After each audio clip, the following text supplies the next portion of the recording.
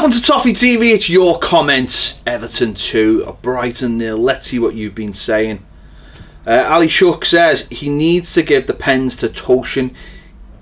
He hasn't missed for the last 14 pens.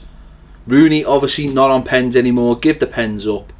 Well, he's not going to give the pens up, but the pens have been taken off him. And Ali is saying it should be Toffee. It should be Leighton Baines. Let's be honest.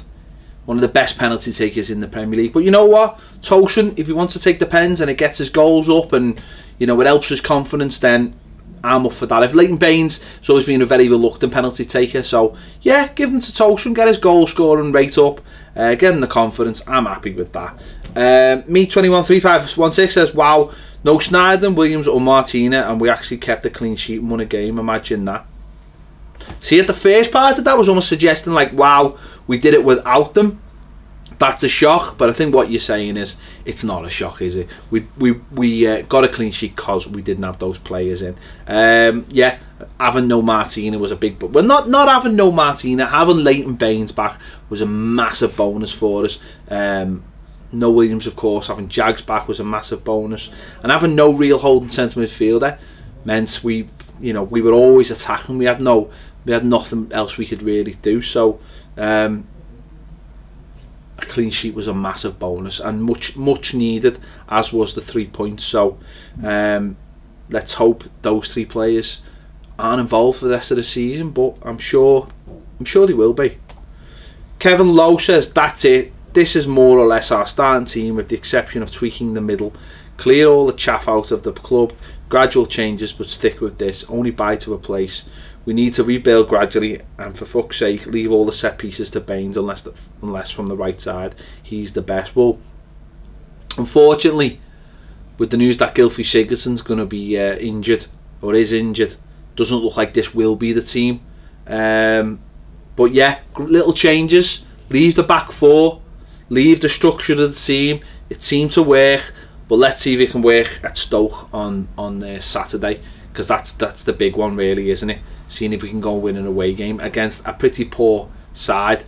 If we can do that, then, you know, I'll have more confidence in this team. But until we win, we've been winning home games without a problem. I don't think that is a problem. It's winning away games. 1 away game win this season. You know, 2 away wins since January last year. Not good enough, as simple as that. But you're right, it's about small tweaks now, not a massive influx of players, just the players we need, and then gradually build it up. That's what it's all about. Quality over quantity. Conrad Cole says, Davis being ripped apart on social media, unjust in my opinion. Did not light up the matchup, but always trying his best. Always think the critics got the wrong player, as they said all he can do is pass it backwards, and there is me thinking he's one of the most forward moving midfielders. Also, great result, clean sheet. Keane looked a different player from last week. Can I just mention punctuation? Punctuation is a very, very good tool. There's not one piece of punctuation in this. Get it sorted.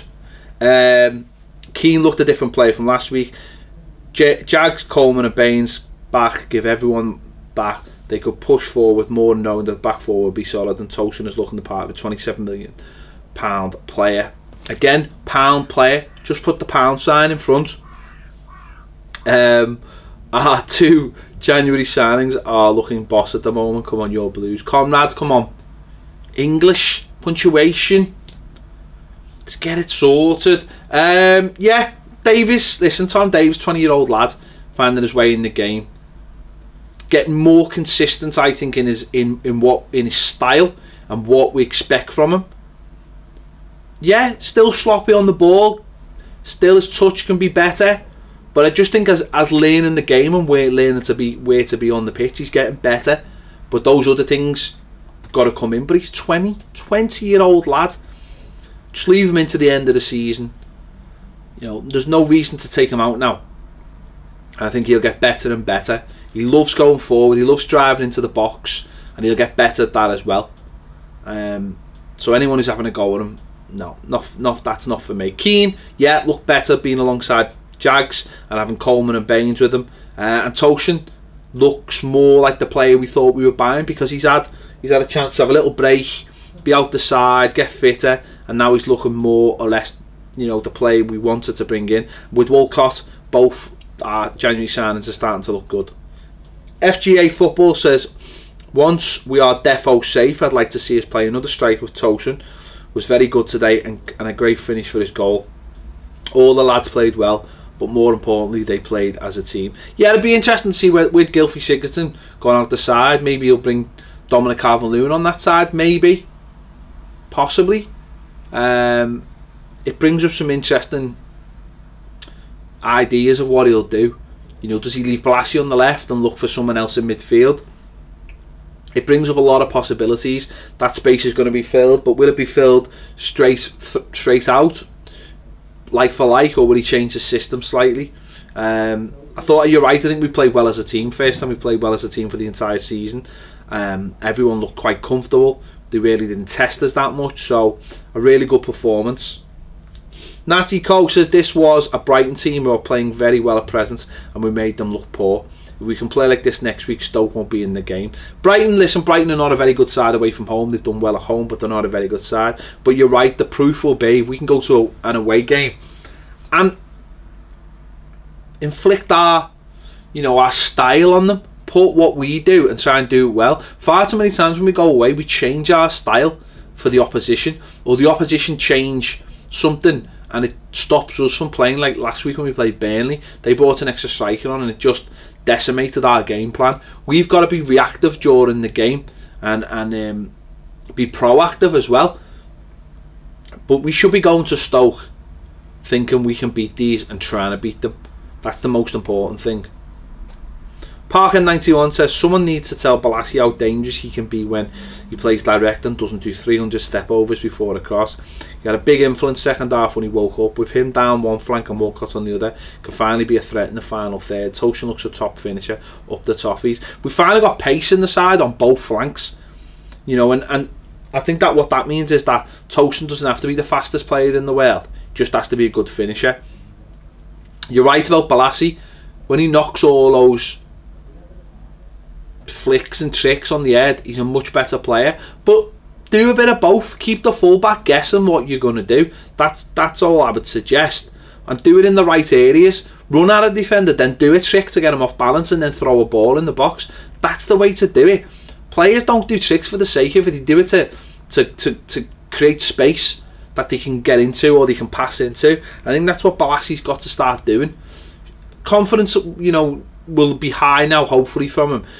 He would have started the game a little bit, you know, tentatively and maybe fell back on what maybe he likes to do to get the confidence going, but it wasn't actually required. What was required was him to be more direct and have a go at the fullback, and when he did that, you know, he looked a lot better and obviously set up the goal as well. Adam P says good, back to good old structure with all the players, Baines, Coleman and Jagielka. We're struggling to replace the talent. These players have been wanted by top players for years. Keane and Holgate can learn well from them. You start from the back, Jagielka being an excellent servant.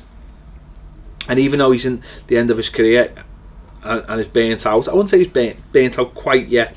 I couldn't wait to see him in the blue shirt today and teach some basic defending to Keane, because I think the lad will come good, but he needs to be round players like him to push up a level and not Williams.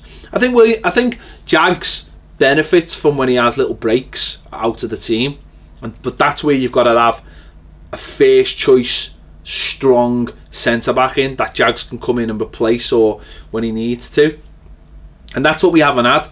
The dominant centre half side have been him or Williams, and when Williams is playing we look a mess. So Jags has to play, and then when Jags has to play, then it's likely that his age he'll run out of steam after maybe 3 or 4 games. So it's important that you have a player, a first choice centre back for next season for me, that can come in and be that first choice player and help Keane and help Holgate and maybe Funes Mori become better players, because that's what they'll be better players by having a leader next to them. That's Jagielka at the moment, but hopefully in the long term, and that's what we haven't done very well at Everton over the last few years. We haven't had players coming in to take Baines' place off them, to take Jagielka's place off them, to have a couple of seasons or 18 months where they cross over. I think that's been a real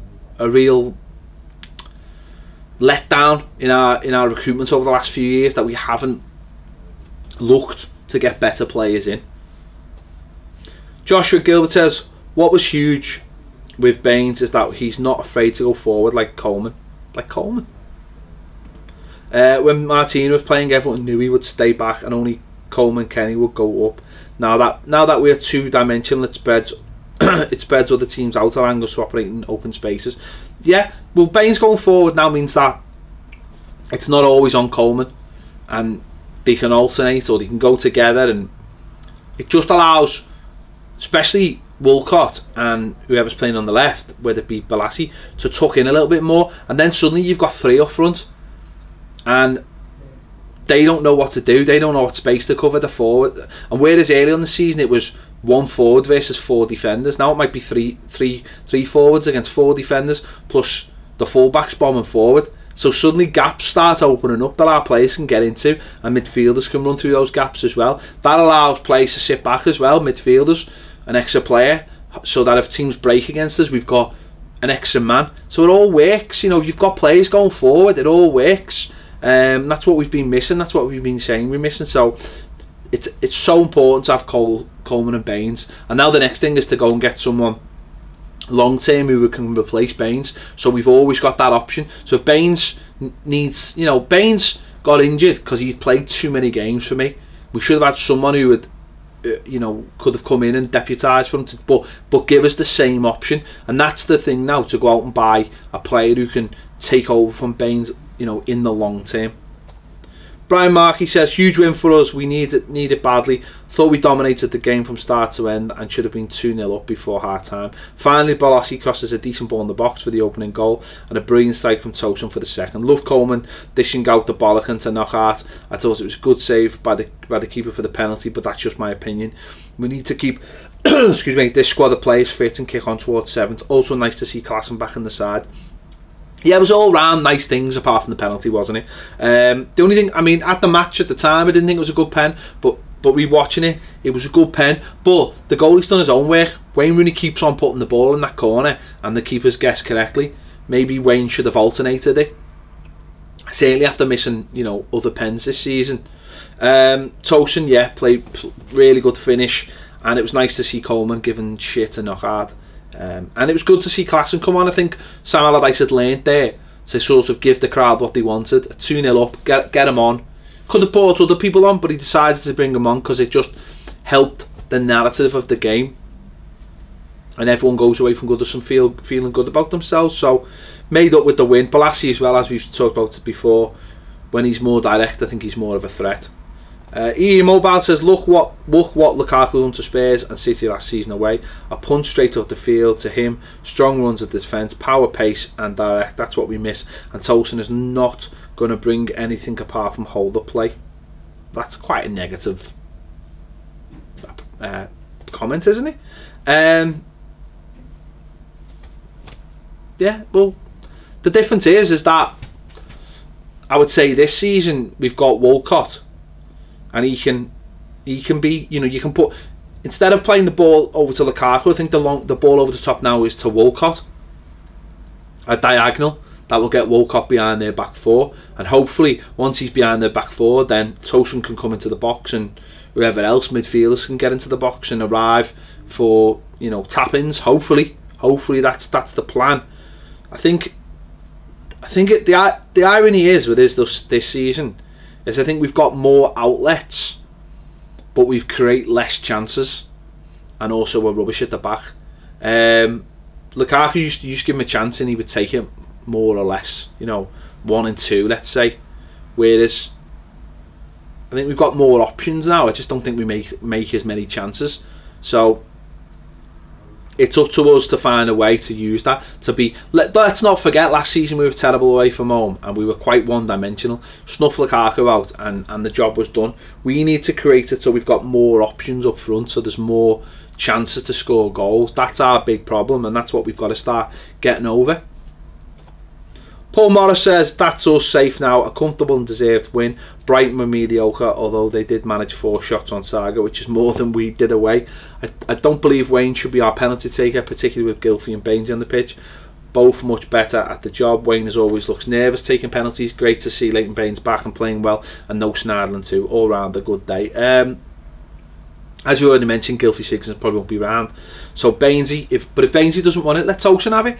Sam Allardyce mentioned himself that Tosin wants them. He wants to get his goal scoring, his goals up. You know, if he's, you know, it's a great asset to a striker. His goal scoring looks much better. You know, if he's coming away with a goal every other game, and even if it's a penalty, he's doing his job. So give him to Tosin. Bainesy gave them to Lukaku because he felt like Lukaku needed more goals in his game, and penalties would add to that. And Bainesy doesn't really want to take them either. So that's what I'd do. There you go. There were your comments for Everton 2, Brighton 0. Thank you as ever for leaving your comments after the game on our videos. That's why we do your comments. Thanks for watching as well. We'll see you later.